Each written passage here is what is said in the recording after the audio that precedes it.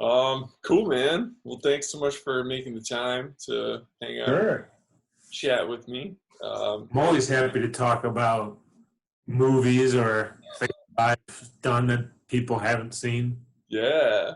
I think I've seen at least three of your movies: Civil Hoax, and Uh-huh. Hyde Park, and The Scarlet Pirate. They're the best. Yeah, yeah.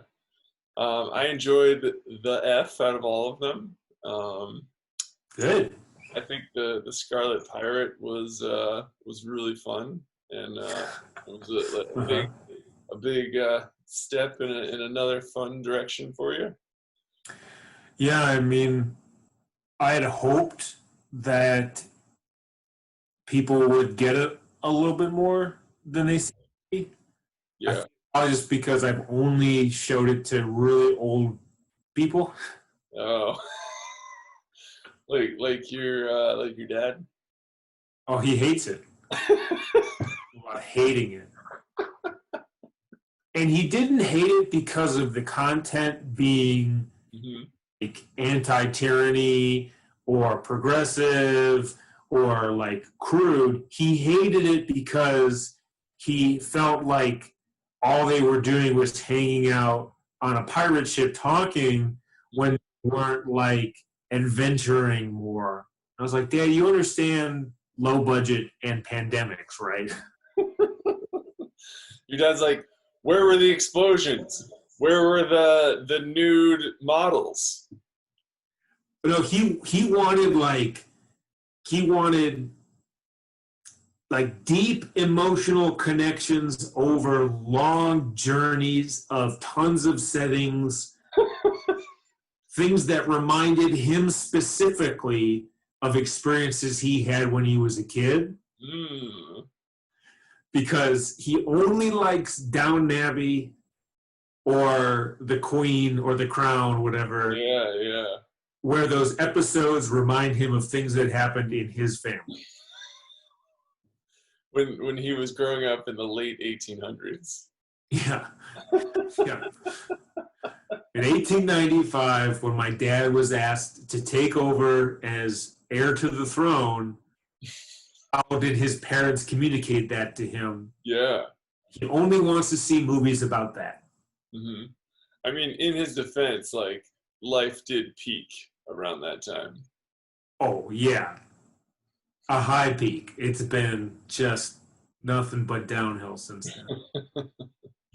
Um, yeah, man, that I definitely want to hear more about that because I also struggle with family feedback. But before we dive in, how about you tell us a little bit about yourself? Give us a Sure. quick bio. Just your social security number, credit card, Mm-hmm. and like your Mm-hmm. most usual schedule. Okay, sure. So my name is Jon Silver. My social security number is 6. I'm almost, if anyone Go wants my on. credit card, yeah, if anyone wants my credit card number, it's pretty much the same as my social security number. I would say Nice. just add maybe like 2. Um, That's I, super convenient. I always forget one or the other. So if they were the same, that would really yeah. be a time saver for me. Well, I worked hard. I found out that if you don't care about accuracy, you can just pick your own. Oh my God. Here I am caring about accuracy. So many wasted nights. Hey man, that's a trap we all fall into. Um, yeah, so I'm John. I'm a filmmaker and like multimedia artist. I live in Chicago with my wife and dog. Let's see, I made some movies that a few people have seen. I do teach film stuff at Chicago Filmmakers. I didn't know that. Yeah, I'm teaching a workshop called Indie Comedy Filmmaking at Nice. Filmmakers. I used to run the Annoyance Theater. I directed shows at Second City, and I've directed videos for IO. So I have a pretty deep improv background. Mm-hmm. I'm going to say I don't pick my nose, Mm-hmm. but I might be exaggerating.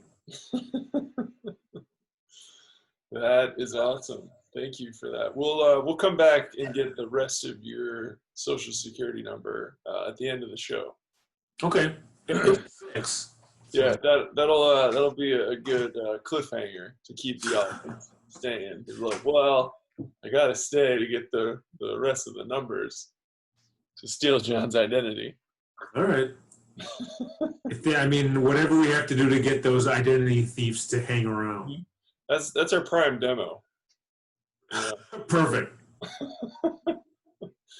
Awesome. So you and I met at I want to say it was like the premiere of, or not the premiere, but like a showing of the Civil War hoax at Annoyance IO.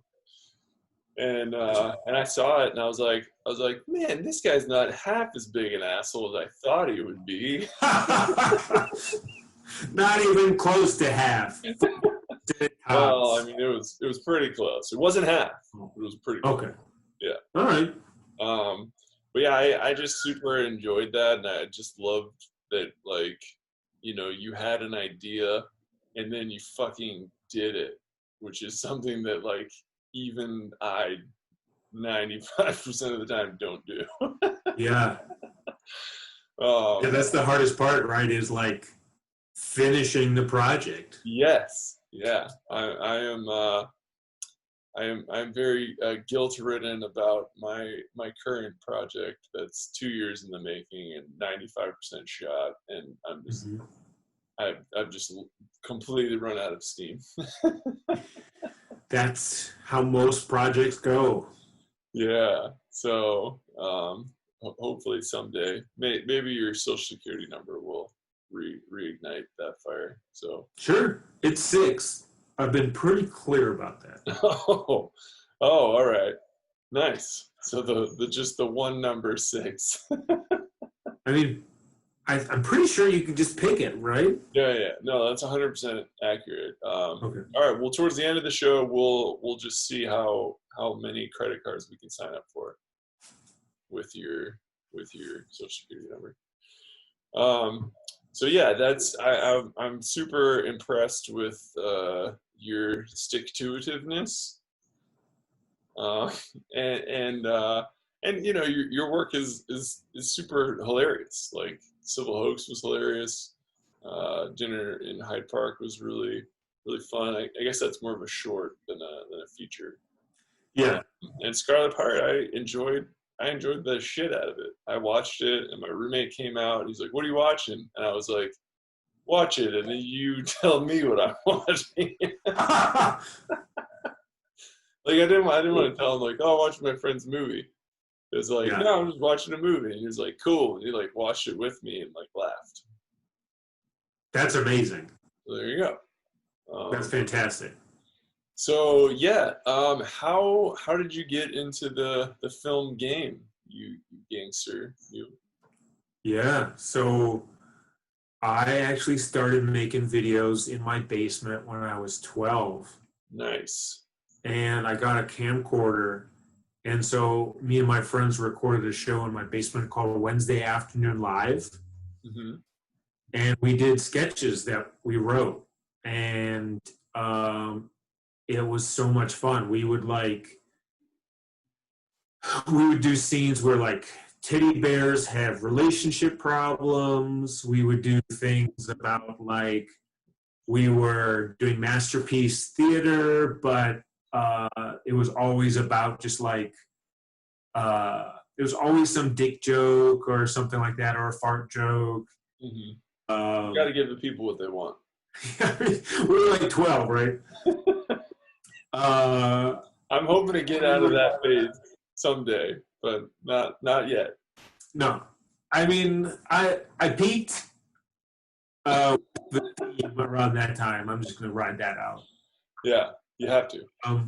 I made a movie with my friend called Three Jews in a Car Mm-hmm. when we were like juniors in high school, which was just basically, have you ever seen The Odd Couple Part 2? Yeah. Clement and Uh, Walter Matthau drive across the country. favorite movie, yeah. So like we basically just remade that. um, But with some anti-Semitism thrown in there. yeah, a little self-hating anti-Semitism. I mean, we were true to life. It was just me and other Jewish buddies. Yeah. Drive around our own subdivision looking for corned beef sandwiches. Nice. And so I made that and I showed it to all my friends in high school, and people laughed. And then I majored in film in college, and it was like fine. And then like when I got out of college, there was this huge transition from like film to video as the standard. And so I kind of like took a few years to get back up to speed with the technology. And then I started doing like little sketch things by myself in my apartment. I started shooting like occasional videos for like Annoyance or IO and Second City, stuff like that. And then it just kind of ballooned as I was working on like a few shorts. We did a TV pilot. I produced another TV pilot of someone else's that did well. And then I started working on the Civil Hoax in 2015. Mm-hmm. And then that, like, we got it finished. And I was like, oh my God, I can finish an actual feature project. Yeah. How did you do that? How did you finish it? Tell me your damn secrets, sir. So the Civil Hoax is very specific because it's really a featurette. It's only about 50 minutes, and it's a mockumentary.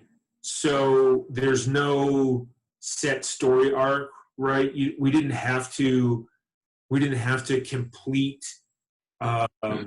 like a 12-part film structure the same way you might with a feature script. So what we just kept doing is we shot a bunch of stuff. We're like, what do we think? Do we want to shoot more? We're like, yeah, let's shoot more. And then we did more and more and more. And then finally we started piecing it together. And then we're like, okay, well, if we do X, Y, and Z, we can kind of wrap this all up. So then we did that, shot a little bit more, threw in some like, B-roll stuff that friends gave us. We realized that like there was this huge wave of historical denialism sweeping the country. And we're like, okay, so this is relevant. We should kind of like do this now. Yeah. And then I just, spent nights and weekends editing it myself, and then showed it to a few people, like met with a few production companies around Chicago. And we just asked them, was like, hey, what do you think of this? And they're like, yeah, it's silly and a good idea, a unique idea. And so then we polished it, and a few places screened it. It got into, I don't know, like 4 or 5 festivals. So that like made us think like, hey, people actually find this interesting. Mm-hmm. And so the motivation was there to push through that. It's 90% done. We'll finish it next year. So the like showing it to people and having them tell you they liked it, was that kind of key to finishing it then? Yeah, I think also the like motivation of it was going to be culturally relevant. I see. Really helped. I think that, yeah, we really, when we started shooting it, we were like, Hillary Clinton's going to be president next year, so we're not going to like have a bunch of like historical denialists getting like really excited about changing Civil War history. And then like Trump was elected, and he said a bunch of stuff about the Civil War that wasn't true, and then he like claimed that one of his golf courses was a Civil War battle site, and it isn't. So like we saw all of this stuff, we're like, oh, this is kind of getting into like the mainstream media, like some of these inaccuracies. Mm-hmm. And we were just really motivated. We're like, okay, we have to get this out because it's super relevant right now. Yeah. And then, honestly, getting specific feedback from people who know what they're talking about, that was really motivational. Because if they're like, oh, fix this, and then fix that, and I was like, oh, I can do that. It's not just vague, oh, make it better. Maybe, like, don't have it be so terrible. Yeah. It's hard when, like, feedback is vague and subjective. Yeah. No, that's my least favorite part about life. Vague, negative, subjective feedback. That's then usually followed up with like, well, also I think you're being sensitive and not taking my feedback correctly. Okay, well I'm learning to not ask you for feedback. I find that a lot of feedback is people taking that moment to turn it into their personal therapy. Yeah, to feel like a big man. Or to just like vent about their life. Yeah. Like if you showed me anything and then I was like, oh, I don't like it because it reminds me of this thing that happened to me yesterday that I didn't like. Okay. Yeah. We can't just change it to like fix your emotions. Mm-hmm. Yeah. That's a reach there. Mm-hmm. That's awesome, man. And I really enjoyed that aspect of Civil War Hoax because I was watching it, and if a story is well told, I'll forget that I'm even like watching it, and I'm just like in it. And I was watching that, and like the real dumb part of my brain was like, yeah, I think the Civil War was and I'm like, bro, you're watching a comedy that's clearly meant to be like overtly ridiculous. Yeah. And it was still convincing. Like your production value was like high, and it looked nice, and it sounded nice, and the people were like sincere in their portrayals. And I was like, holy fuck! Like we're in for a rough 4 more years. Yeah, I mean, it's sort of like you could really push a lie with a good actor. Yeah.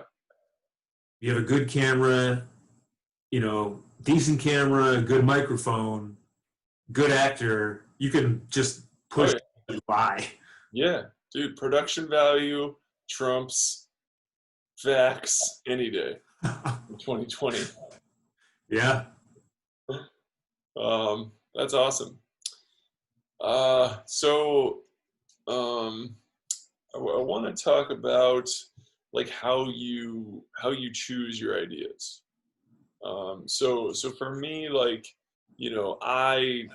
in my own world, I have, a game-changing idea like once every hour, and I write it down and I put it in my game-changing ideas file.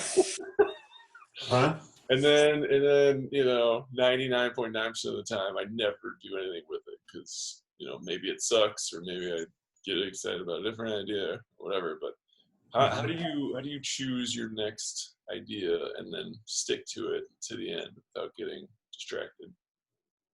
Sure. So I have, like many creatives, I have like a good ideas folder of documents, and it's digitized right online. So what I'll do is when I'll get an idea, I'll go enter it into the doc online, and then I'll just see which ones are getting edited the most. Which ones am I excited about? Which ones are filling up? Which ones are just like, a couple pages of ideas versus a few sentences. So it seems pretty clear from the visualization of the documents, which ones have legs. Mm-hmm. And then I sort of make a decision based on like what do I actually want to do next? Do I want to come up with my own idea? Do I want to produce and work on someone else's project? Do I want to like work on a script for a year, or do I want to like plow forward and get this thing done? Mm-hmm. And sort of like start production while the script is still being worked out. Dinner in Hyde Park, I worked on that script for like 5 years. Wow. I had the idea long before I started shooting it. Years before. I worked on the script over and over and over again. I sent the script to a lot of script competitions, and they did pretty decent. They were like finalists or semi-finalists at a lot of like big ones, and I got good feedback on that. So that was like a really long process. Scarlet Pirate, I had the idea less than a year ago. I got the idea like Halloween last year, and then we were done. So that went from concept to script to production, post, and distribution in less than a year. Wow. So it just sort of depends on like what I want to do next, whether I'm going to like prioritize an idea that we feel is super relevant, like Scarlet Pirate, or just really kind of like, hone an idea over a long process. Mm-hmm. Nice. Can you talk about your writing process? Yeah, so my writing process is very much like idea and bits and pieces focus. What I'll do is I'll come up with individual concepts for things. Like it might be a premise, but then I'll dive into the character breakdowns. I'll talk about maybe like story arc, and then I'll jot down like, here's possible conflicts, here's possible rising action aspects, here's possible settings, and then I'll just make tons of lists, and then I'll slowly build an outline. Mm-hmm. Then I'll build out that outline from like a couple of pages. I'll build out that outline to be maybe like 10 pages. And then after I've like gotten feedback on some of that stuff, then I'll build it into a full script. Mm. And then tons and tons of revisions on a script. Almost always will I bring in other people to take a look at it. I've done table reads, stuff like that, to get real good feedback from like actual actors on what it would be like to say lines. But I really build the writing pieces brick by brick. Mm-hmm. And never start on page one. Yeah.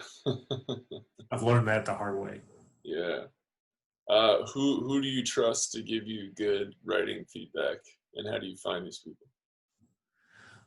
So probably my best writing partner is Joey Gartner. He co-wrote The Scarlet Pirate and The Civil Hoax with me. Mm-hmm. We met in high school, and we've worked on lots of projects together. He is one of the other Jews from Three Jews in a Car. So I trust him because he knows me. And a few times he has called me a hack for doing something that he didn't like. Mm. And I know that if I can get him to laugh with one of my ideas, then there's going to be an audience for that concept. Mm-hmm. Nice. Because he and I have sort of a niche. We're like a niche audience to begin with, but he at least checks my stuff to like make sure that I'm not just fantasizing by how good it is. He will tell me if it's bad. He'll tell me. Yeah. Nice. There's a few other people I've written with that are really good at being honest. Ryan Ben helped with the screenplay for Scarlet Pirate. He was pretty honest about some stuff that was working and some stuff that wasn't. Also, he's just hilarious in general, so he wrote a few scenes all on his own. He came up with a couple of characters. He's the guy who has leprosy. Oh, he was hilarious. He's amazing. Him in two patches were my favorites. Two Patch is a great idea that was actually thought up by Joey's 6-year-old son. Oh, really? Yeah. We were talking about doing a pirate movie, and then he says, he's like, oh, you should have a pirate with 2 eye patches. And then we just found that concept so funny. Yeah, that is hilarious. I've never seen it before either. Yeah, I know. And like, I really wanted to turn him into that like blind soothsayer concept of, like from Greek mythology. Mm. And so he just slowly evolved into being just like sort of the grizzled troll of the ship. Mm-hmm. Yeah. No, his pirate speak I felt was the most well researched and method. Yeah, I really sort of labored over that monologue he has. Yeah. Yeah. So you touched on receiving feedback. I always struggle with like, is this feedback good feedback? Is this criticism warranted? Should I change this? Yeah. How do you discern between, feedback that you do change something from and feedback that you ignore? Sure. So I always think about target audience. Mm-hmm. So the target audience for Dinner in Hyde Park is a little different than target audience for Scarlet Pirate. Scarlet Pirate is super wacky. Dinner in Hyde Park is a little bit more dramatic and down to earth.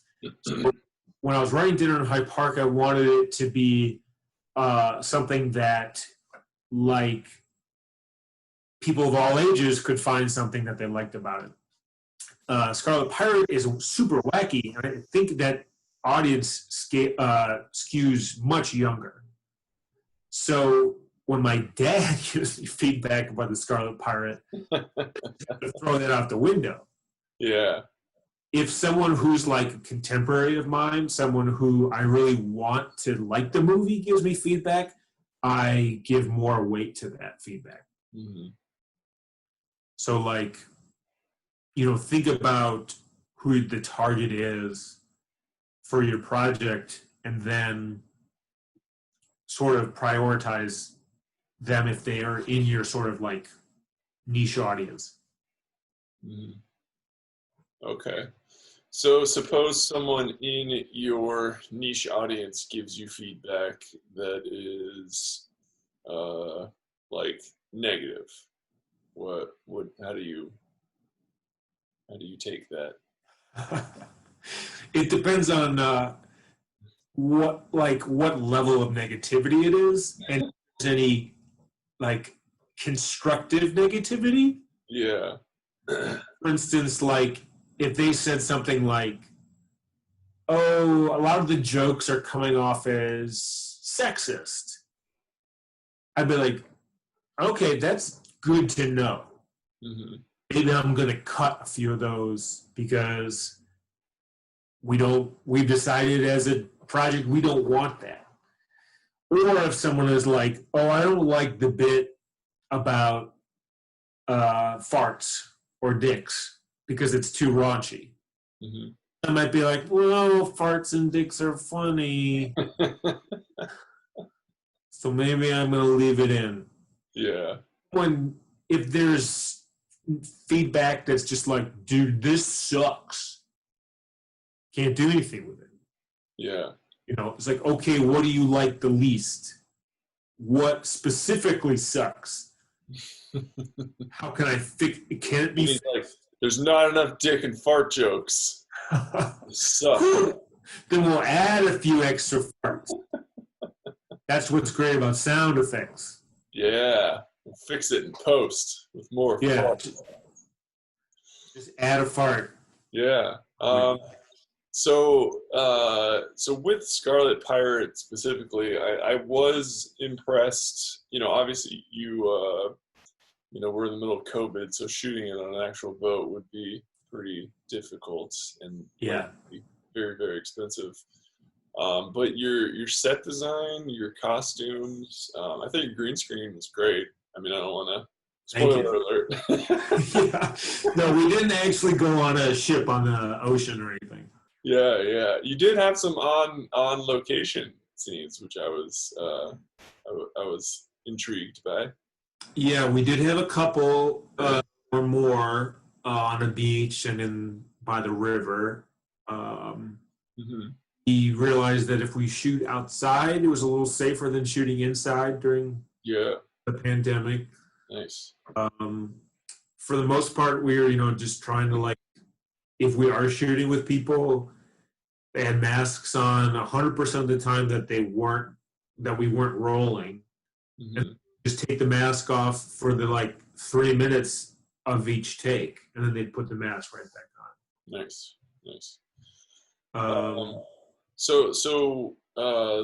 Finishing up my question. Sure. So, I mean, the production value was excellent, I thought. How did you raise a budget to reach that production level?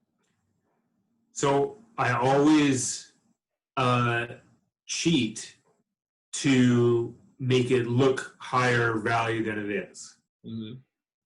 I mean, we could talk offline if you really want about specific numbers, but for all the wood for the ship, I found a ton of reclaimed wood in alleyways. For costumes, I bought a ton of ragged old shirts at the thrift store for $1.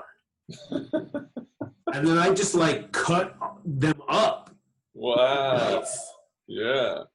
Because pirate shirts are really just kind of puffy, frilly lady shirts.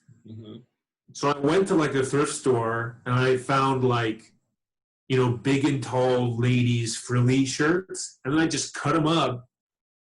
So instead of spending thousands on costumes, I spent $200. Wow. Stuff like that. It's just sort of you just have to hack it. You have to find what you need and then find the cheapest way to get it to look like the thing you need. I mean, so where did you set up the actual set? So it's in a basement of our production office. So we had a production office that we rented, very affordable. It was basically like the utility room of a building. And we had about a 20 by 20 area. Shot the whole movie. Maybe 2 or 3 scenes total weren't in that small studio. Almost everything was in that 20 by 20 fake soundstage we made. And were they all built simultaneously so you could shoot on them, or did you build one, shoot, and then tear it down, build another one? We build one, shoot everything on that set, tear it down, build the next set, shoot everything on that set. Oh wow! Yeah. I mean, did you reuse the wood then? Yeah. So almost everything that you see in a scene appears in the next scene in the next set. We just repurposed.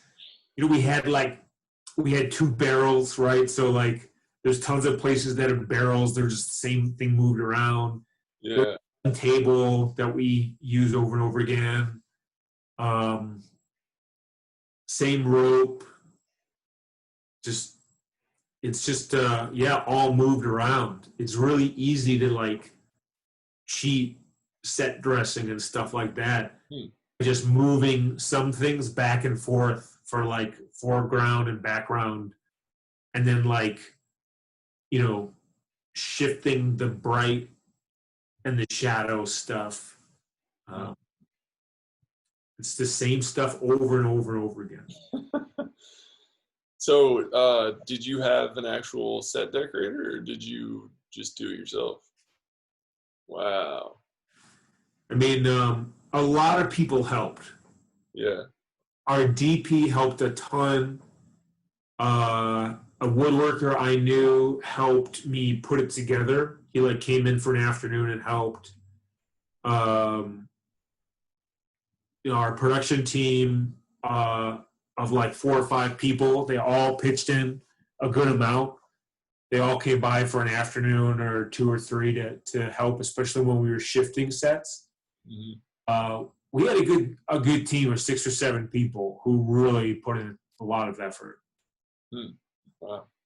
How do you convince people to put in that much effort? Well, so you give them at least some money. Are we talking double digits here? two figures? At least 2 figures, baby. Giving out my social security number in dollars. I mean, some people were given good chunks of money, Yeah. I figure like if somebody is really talented and is doing something that I can't do, like people coming in doing sound and stuff like that, they were giving me a great deal, but I'm still throwing them some decent money for a day. Just basically prioritizing what I'm not good at. Ooh, that's good. So like, our DP really had some amazing ideas for lighting. Yeah. And he really pulled off some great texture, especially in below deck. He would shine light through cracks to make it look like it was daylight above. There's just some really great elements there that I probably wouldn't have thought of. I probably just would have put a key on somebody's face and just lit them, right? And he just had some great ideas. So I threw money at that. I was like, okay, you're going to do better with coming up with good angles and knowing exactly what color temperature to do this, putting money into gels, getting him, grip help or AC help when the DP needed it. So I was like, okay, well, that's not what I was really thinking about on a shoot day the same. So I was like, okay, you're better at that. So that's where the money's going to go. Nice. So you don't have to give me exact numbers here, but in terms of like where your budget went, like what percentages went where, if you're comfortable sharing that. Sure. So like 80% of the budget went to people. Like we paid our actors. Almost all of the actors got money. And then the crew, we only had a crew of about 5 people. Yeah. But they all got money. Some, paid a little money for some original music, paid some money for some special effects. Not really like huge buckets of cash, but basically here's an amount of money to please do me a favor. Yeah. If someone is talented, what's that? Grease the wheels. Yeah. It's basically a bribe. If someone's really good at something, I'll bribe them a couple $100 to do me a favor. Yeah, yeah. Yeah. That's life, baby. Yeah. Yeah. Maybe the set and all of that stuff was about 10% of the overall budget. Mm-hmm. Wow. Costumes and makeup and stuff like that was just strung together on a shoestring. Yeah, yeah. So, did you self-finance or have other investors or what? Yeah, so I found 3 or 4 people to invest. We got a grant from the Illinois Arts Council. Mm-hmm. That was a big help. That was like 10% of the budget. Nice. And then there were people who just like believed I could do it because the Civil Hoax exists. Yeah. Nice. And then you promise them they own a piece of the movie. Yeah. Gratuity. Nice. That's great. Back end. Yeah. So you had a lot of really hilarious people in this movie. Can you talk about casting? Oh yeah. So that's probably the only thing that I do well. Like the only thing you need to do well if you do it right? Yeah, like if you compare me to like the actual professionals who like are out there making movies, I'm not like actually better than them at anything except casting might be the thing where it's like I can get a funny person to do my movie better than some other director can get a funny person to do their movie. Mm-hmm. So like scouting funny talent is like 80% of what I do. So I just go to like Second City, IO Annoyance, things like that, comedy sports, the comedy places in Chicago. I look for the funniest people, but then I also look for like specifics and be like, okay, which of these people are like the handsome hero? Which one is going to be a likable character? Which one is going to be a dislikable or villainous character? Which one of them like has the personality to be an insane pirate captain? Mm-hmm. That was a very long process, but then when you see somebody and then you see the exact trait you're looking for, it's pretty much just about sucking up to them and be like, please commit to this very difficult project, especially during a pandemic. Everybody committed before of the COVID, right? Mm-hmm. Going to start shooting in March, so it was easier for them to do it before COVID hit. But almost everybody wanted to soldier on after quarantine lightened up a little bit. Mm-hmm. And so casting is pretty much just like prioritizing the trait that you're looking for out of the character. I feel like auditions are overrated. I rarely do auditions. Really? Yeah.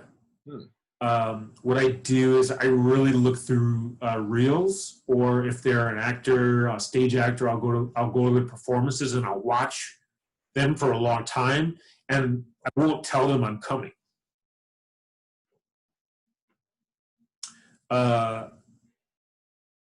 So basically, like looking at reels for on camera is huge, or looking at past work.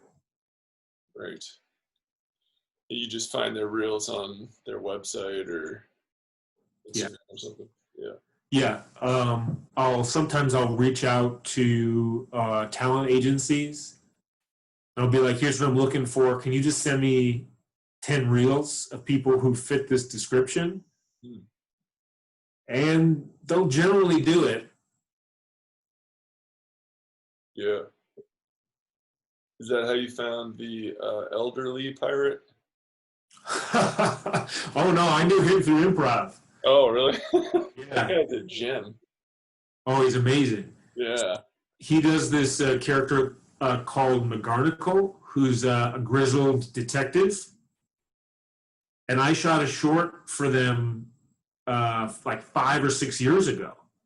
Hmm. And so I've just known him for a long time through improv. Yeah. No, he added a lot of authenticity to the movie. So much authenticity. Like look at John not being an ageist. Yeah. Yeah, one senior citizen in the movie. Dude, I don't know any senior citizens. That would be really hard for me to cast. Yeah. My movie's always got one senior. You have a wealth of seniors, my friend. Um, that's awesome. And do you normally pay kind of like SAG minimums or? Uh, Or yeah, close. okay. I have paid SAG minimums if they're in SAG and they're serious about it. Dinner in Hyde Park, everyone got paid SAG minimums. Mm-hmm. Nice. But that was a little easier because we actually only had 4 actors. Yeah. The main guy repeats himself. You got the double dip, triple dip, even. Triple dip. Yeah. 3 times the work, 1 time the pay. Yeah. Um, I mean, that was really hard casting. I looked for Andy Junk as the actor who played that guy. The character's name is John, by the way. Big piece of shit. But I looked for the actor to play that role who I felt could play like a 20-year-old and a 30-year-old well. Mm-hmm. Different. I looked for that actor for a really long time. Yeah. And then it's just basically when you get that feeling, spending a little time with them, when you feel like this is it, just kind of trusting your gut. Mm-hmm. Nice. So you mentioned a lot of really cool things about like what your DP brought to the table. How do you choose a DP, and had you worked with this cinematographer before? I had worked with this cinematographer a couple times before. We did a corporate shoot together that I thought went really well. I had asked him to work on a different project, actually, that got put on hold, and we did a test shoot, and that went really well, and that footage looked great. He also was a director who a lot of my friends had worked with before, so he was sort of another director / DP. Mm-hmm. So that decision was based on just tons of things that he brought to the table. Also, he was willing to do the project for the budget. Yeah. What percentage of the budget went to camera DP? I want to say like 8. 8%? Yeah. Wow. What did you guys shoot with? We had 2 Blackmagic 4Ks. Mm-hmm. The minis? Yeah, the minis. Yes. Yeah. Having that 2 camera setup was great so that we could shoot, sort of a wide and a close up at the same time.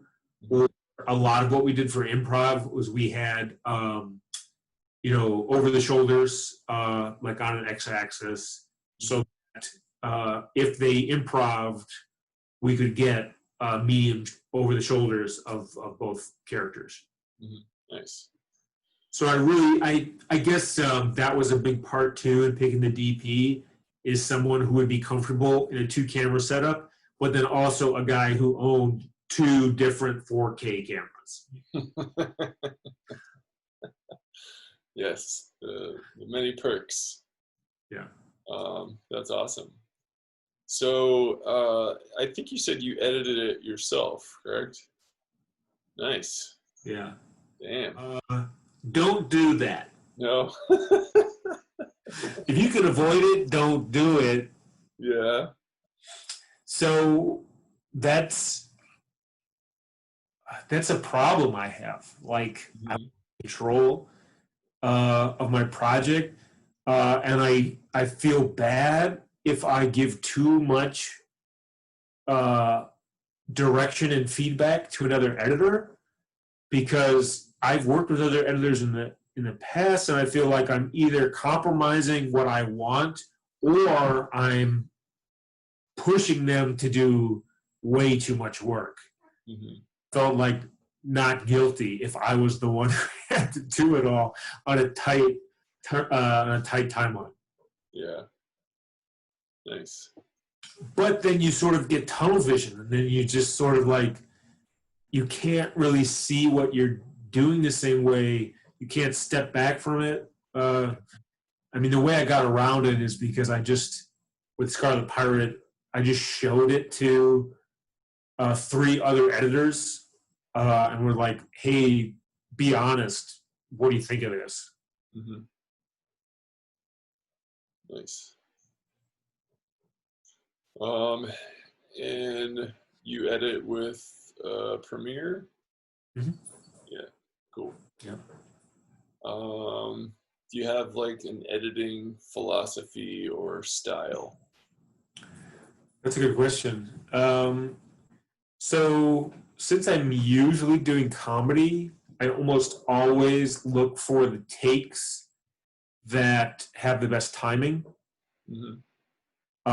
And then what I usually do is I'll go scene by scene, and I'll select my favorite takes.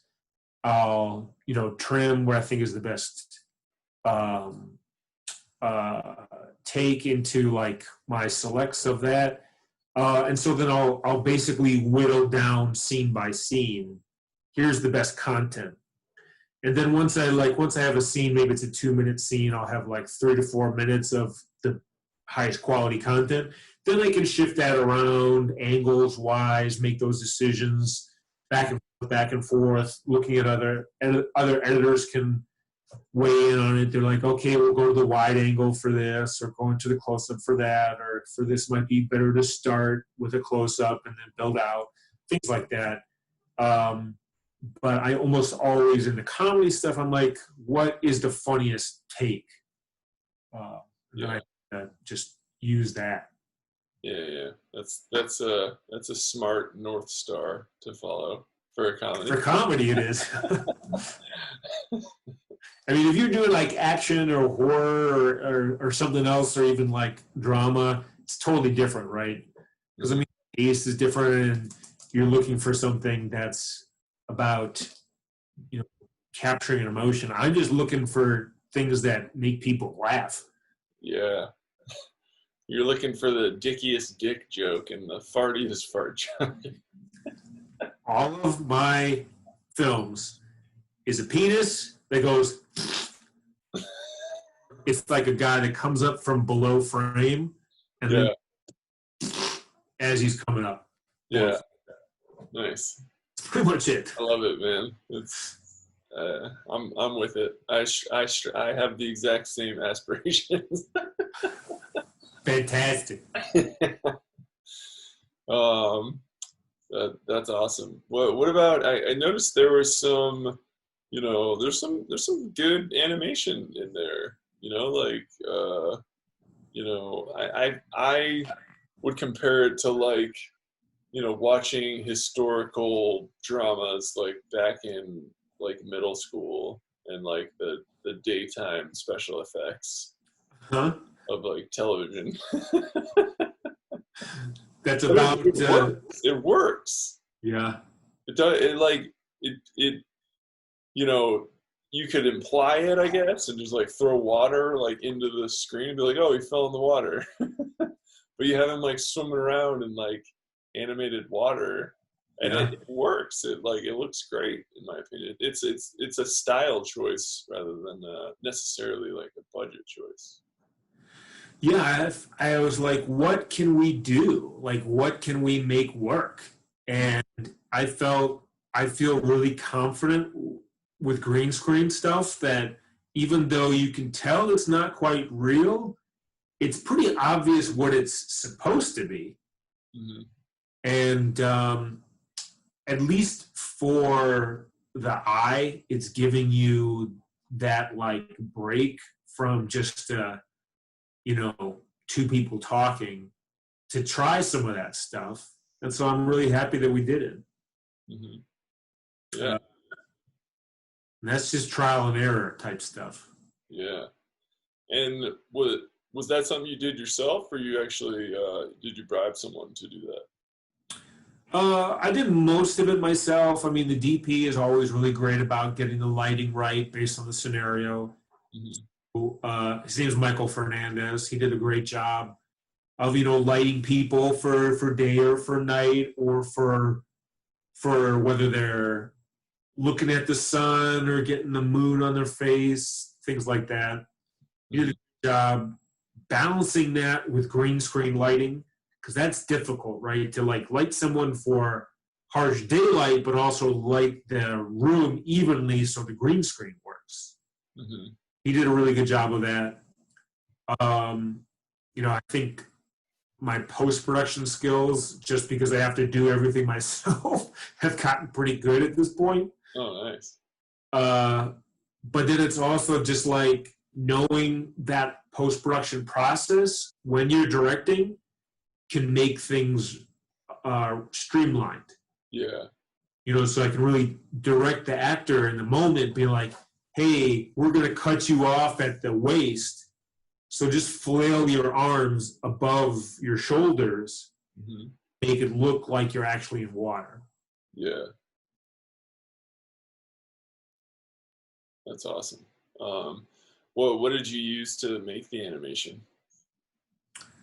So I did buy some stock effects. You know, you can go online. You can, you know, if you're just looking for like a water splash, you can find that stuff online for $10. You're telling me you didn't film those pirate ships? No, those pirate ships are like, you know, little stock 3D graphics. Mm-hmm. And then I just basically animated them onto stock footage of water, or we would go out to Lake Michigan and we'd shoot the horizon line at sunrise or sunset, and just basically mix together a bunch of stock effects. Mm-hmm. That's awesome. Well, it looked great, and I mean, I enjoy the style of it. You know, Thank you. what did you use a specific program for the animation? There's, you know, most of the stuff is basically thrown together in Adobe Premiere. The DP did some real good like coloring stuff in After Effects to, you know, remove some like green spill here and there to maybe adjust lighting and things like that. But a lot of it is just me working right in Premiere. Yeah, gotcha. Yeah, I'm the same way. I'll do everything. I use Final Cut, but I'm just like, I already know this program. I don't want to learn another program. Like, you're telling me it's way shittier, but I already know how to do it. So I'm just gonna figure it out within this sandbox. Yeah, I mean, you just got to work with the thing that you're skilled at. Hmm. Yeah. Well, you did a great job, man. It really looked awesome. Man, that's three people now that have liked it. Hell yeah, man. Um, so all right, so you shoot it, you edit it. Now it's ready. I noticed it was for sale on Vimeo. I think I got a copy because I was supposed to see it in the actual premiere. Hmm. But I think I was out of town. Hmm. What is your like? What's your marketing release philosophy? I mean, that's that's the question. Like a lot of independent filmmakers are out there making good movies, Hmm. and uh, they're kind of just out there on video on demand streaming platforms. Some of them are getting seen, some of them not getting seen. I've been a little lucky that the Civil Hoax has done so well on Amazon that some people are just finding it organically because they like wacky comedy or satire, stuff like that. Hmm. Um, so we're getting a little bit of that. It's available to rent or buy on Amazon too, but it's tough right now because everybody is at home watching movies, so there's so much competition. Yeah. It's tough. I would usually say the best way to market or to distribute an indie movie is to create live experiences around it. So to like screen it in places that you might not normally have a screening, Hmm. or to talk to theaters that support indie film. All of those are shut down right now. Yeah. So it's tough, but I also, like the thing is about features is a lot of them have 5-year plans. Is the big budget stuff, they really have kind of like 6 months to make a ton of money, but with indie stuff, it could live on video on demand for a long time. Maybe uh, other streaming platforms or other distributors are going to find something that they like about it years from now. Maybe Hmm. this happens every once in a while for an indie film is an actor does an indie film and then they do something big budget years later. And then people are like, oh, go check out this thing Paul Rudd did 10 years ago. Yeah. Yeah.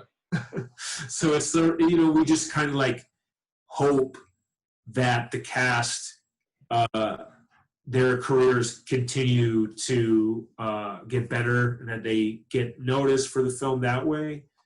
Um, but I don't know, man. Distribution is the thing that's toughest right now. um, and that's awesome. You've been um, getting some attention with Civil Hoax on Amazon. Yeah. Um, did you like market it yourself, or are people just kind of finding it, or the algorithm like took a shine to you? We got really lucky that a couple of um, social media influencers found it, like friends of friends, Hmm. and then posted about it. Um, Also, a couple of the cast members have really good followings on social media, so when they post about it, that helps.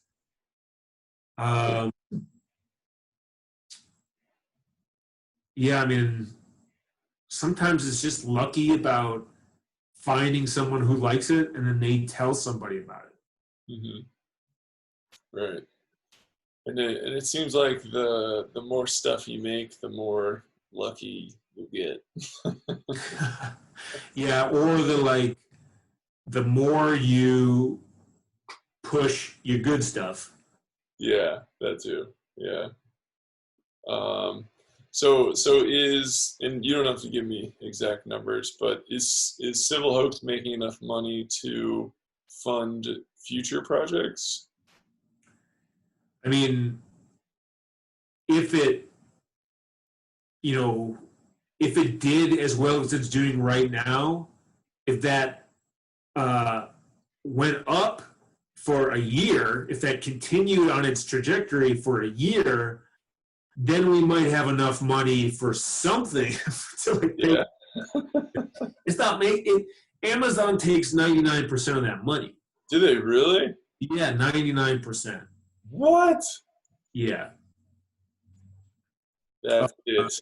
I'm not voting for Jeff Bezos. Jeff Bezos we don't even know how rich he is. He's got trillions in his pocket or in his basement. There's so much money that they're making. It's unbelievable. Yeah. Well, he deserves it. Sure. Invented the internet. He invented. Just got lucky. He got lucky. Yeah, dude, he invented something that needed to exist. Like, should he therefore be the receiver of trillions while people starve? Like, I don't know. I don't know the answer to that. But that's a different podcast. Yeah. Well, that's great. That's great that Civil Hoax is doing great. I mean, just like the artwork of it, like for the poster, like just looks really professional. Like it fits in. If you're looking at like, a $50 million movie, a $5 million movie, a $100 million movie, like you don't go like, oh, what the fuck is that? You're like, oh, that's another one of those. Yeah, actually that's a really interesting point is I changed the still image that comes up for Civil Hoax to specifically made one just for that carousel on Amazon. Mm-hmm. And once I changed that, I saw the numbers go up a bunch. Wow. Yeah. How did you do it yourself, or? Yeah, that's one. I mean, one of the other things I do is tons of Photoshop work. So I do art direction for agencies and stuff like that. So posters is one of my sort of pet projects that I love to do. So I always end up doing them for my own movies. Mm-hmm. Nice. Do you model other posters or have any other sort of inspiration when it comes to making a good poster? Yeah, what I'll do is I'll sort of go around on the internet and do searches and find other posters that are in the same genre of what I like, but then also of what I'm working on. And then I'll just sort of piece together different elements and find inspiration there. And then usually I'll end up just sort of stealing something. Like the poster for the Scarlet Pirate where it's a bunch of the characters and stuff, that's completely ripped off a 1940s MGM pirate movie. It's just a total ripoff. Nice. Awesome. So do you are you continuing to market Scarlet Pirate? I'm trying, it's just a really tough time right now with social media being dominated by the politics. And I really thought that this would be identified more as a political satire than it is. Mm-hmm. I mean, it's clear as day to me. I think it's a pretty clear satire, right? But I mean, I guess you could have called it the Red Pirate, and people might. We thought about calling it the Red Pirate. I mean, I thought about calling it pirate ship Red Elephant. Yeah. But then we were very worried that being too on the nose would turn off the wrong people. Yeah. Or it would turn on the wrong people. Yeah. Yeah, Red Elephant, let's get in on that. Hey man, why isn't there any hate speech in this? Yeah. I'm like, all right, well. What's that? Where are all the dog whistles? Yeah. How come this isn't stirring up the white supremacists more? Like, sorry. I'm a No, boy and I'm we won't. proud. Yeah. We've gotten a lot of people on Amazon who have said some, shit about the Civil Hoax, that we're too liberal and that we need to get spanked, and that we are probably people who denigrate statues and stuff like that, and we don't respect history. Like, come on. He actually read probably more history books about the Civil War than anyone who has saluted the Confederacy. So, I don't know. I mean, Yeah, but facts are not important in 2020. Unfortunately, to everyone's detriment. Yeah. That's awesome, man. Well, I think everyone should go buy it. It's only $10 on Vimeo, if memory serves. Yeah, and I think you could rent it for like $4 on Vimeo. $4. Oh yeah. Do more people rent the Civil Hoax or buy it? It's totally up to you. Like, if you want to rent it and watch it once, you save some money. If you think that you'd ever want to watch it twice, or you want to, have a watch party or something like that, it's totally up to you whether you want to rent or buy. Cool. Yeah. And people just go to Vimeo and search Scarlet Pirate and it'll come up? Yeah, you can find it also on showpub.com. There's a big link to it on the homepage. Yeah. But if you search for the Scarlet Pirate, you'll find it on Amazon and Vimeo. Oh, it's on Amazon as well. Yeah. Yep. To rent or buy on Amazon, and to rent or buy on Vimeo. Nice. Awesome. Well, I told you I'd only keep you till 6, and I want to respect that. I do have a couple more questions too. Can I just rapid fire them at you?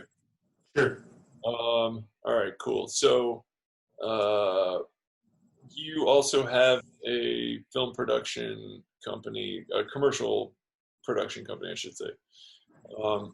How do you kind of delineate your time so that you're spending enough time making money versus enough time creating the things that you make money so that you can create? Sure. So I always prioritize the gigs that pay well. If someone's like, hey, we want to do a marketing campaign and we want you to shoot video for us and we'll give you $500. I'm like, sorry, that's not gonna keep the lights on. Yeah.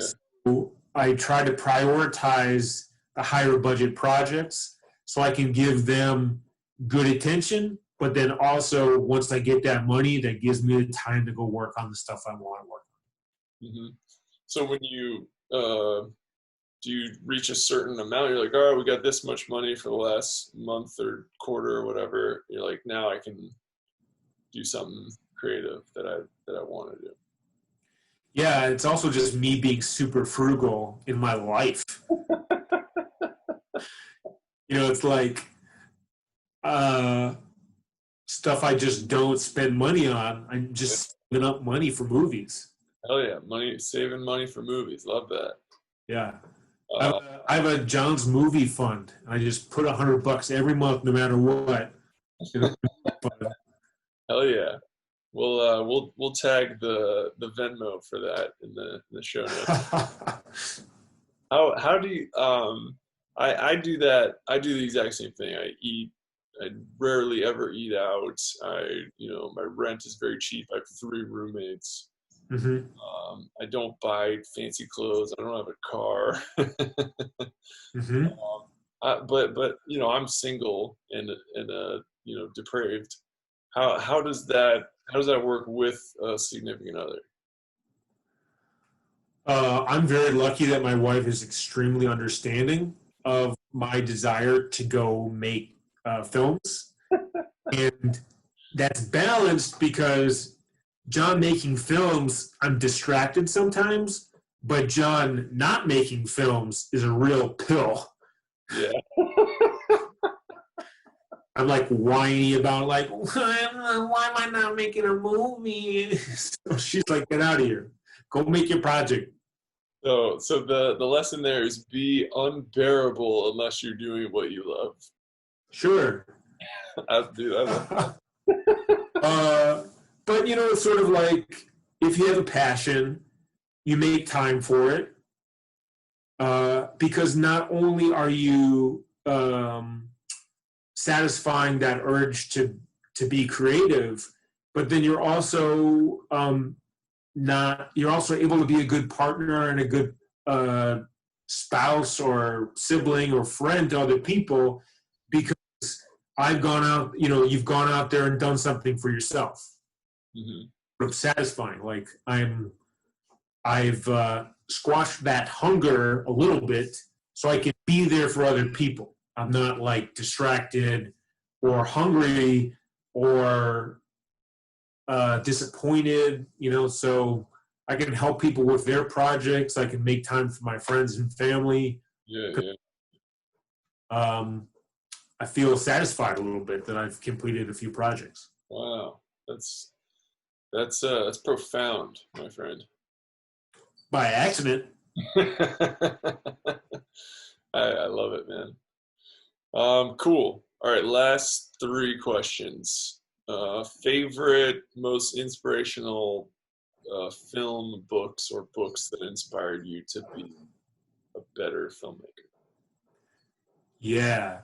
So, film-wise, just about anything Mel Brooks has done inspired me. Just about anything Monty Python has done. Like all of the guys from Monty Python, they all have books. Go read those books. They're great. Because they also, all of those guys in Monty Python specifically talked about how hardship in their early life helped them be funny later. Comedy is really good.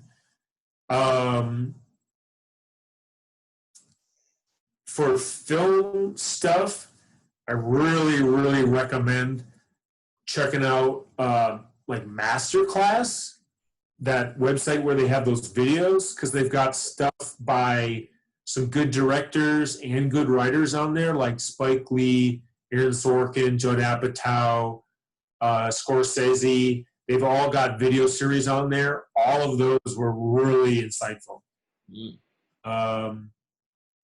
And is your password for your Masterclass account the same as your bank account? Yeah, well, it's just my social security number, which is 6. Okay, yeah, it's just 6. Perfect. Yeah. All right. Wow, this is so easy. This is great. Yeah. Oh, it's easy. And I feel like YouTube is probably the best educator in the country. I don't know why we went to college. No. Like anything I wanted to learn, I just searched on YouTube and just watched a few videos on like, why are my green screens not working as well as I want? And I watched more and more videos on it. But then also like the best teacher is experience. Yeah. Nice. Go doing it. Hell yeah. Are you modeling your career after anyone? I don't know, dude. Like, yes and no. I feel like I'll look at other people who have similar careers, and I'm like, oh, okay. Well, at this point, they were also not that successful, so it's okay. I'm also like, is this a career? So it's tough. Like I don't feel like I'm modeling after anyone specific. What I've found is you're not going to realize what point you're at until like decades down the line. Like when I was in college, I never thought I would make a feature film that would get reviewed by newspapers. Mm. But I did. Civil Hoax was reviewed by several news sources. You know, I never thought that I would, that like people who don't know me would be looking up my IMDb page, or, you know, strangers would find my stuff and like it. Like, I just never thought that when I was younger. And so now it's sort of, if I look back, I'm like, oh, okay, this is, my career has upward trajectory. But then, you know, in 10 years from now, I might look back on some of these movies and be like, oh, they're dog shit. What was I thinking? Yeah, well, I think that's a requirement of like all great artists to look back on their earlier work that was, you know, that they wouldn't be the artists they are today without that experience and trying to destroy that film. Like Kubrick tried to have the negatives for Fear and Desire like destroyed. Really? Yeah. Yeah. The movie's trash. And I've watched it, it's great. And I was like, this would be my best 10th movie. I might take down some YouTube videos then. Yeah. Oh, you just send them to private. It's just as good. Oh, yeah. All right, cool. And my last and final question, what are you working towards? What? What are you working towards? What am I working towards? Like next project or just like overall goal? You tell me, brother. What am I working towards? I think I'm working towards a point with some of these projects where they'll have some actual effect or meaning for other people. Because I feel like right now they're too much about me. And I try to like make them have a meaning or at least a message. And I really would like those messages to be helpful for other people. And I would love to get to the point where that's a much bigger part of it. Like, I want a kid to see a Jon Silver movie and have it inspire him or her, like, even a minuscule amount. And I'd like that to happen someday.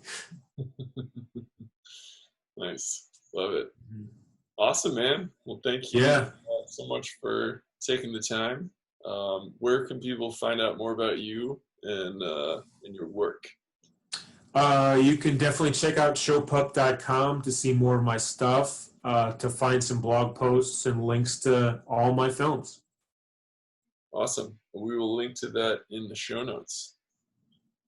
Awesome, man. Well, thanks again for coming on the show. You're the fucking best, man. You're yeah, I know more filmmakers than I know any other type of person, and you are the only one I know that consistently puts out work.